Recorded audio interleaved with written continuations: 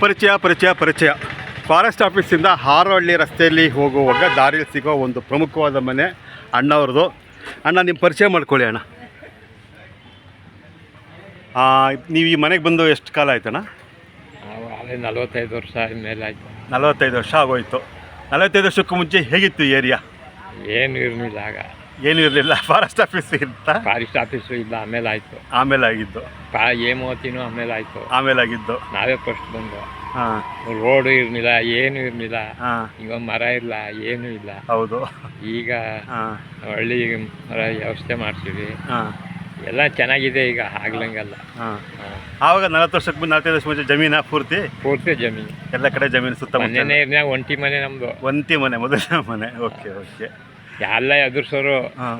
ಒಂದೇ ಮನೆ ಕಟ್ಕೊಂಡಿದ್ಯಲ್ಲ ಅಂತ. ಕರೆಕ್ಟ್. ಆದರೂ ನಾವು ಬಂದು ಕಟ್ಕೊಂಡ ಧೈರ್ಯವಾಗಿ.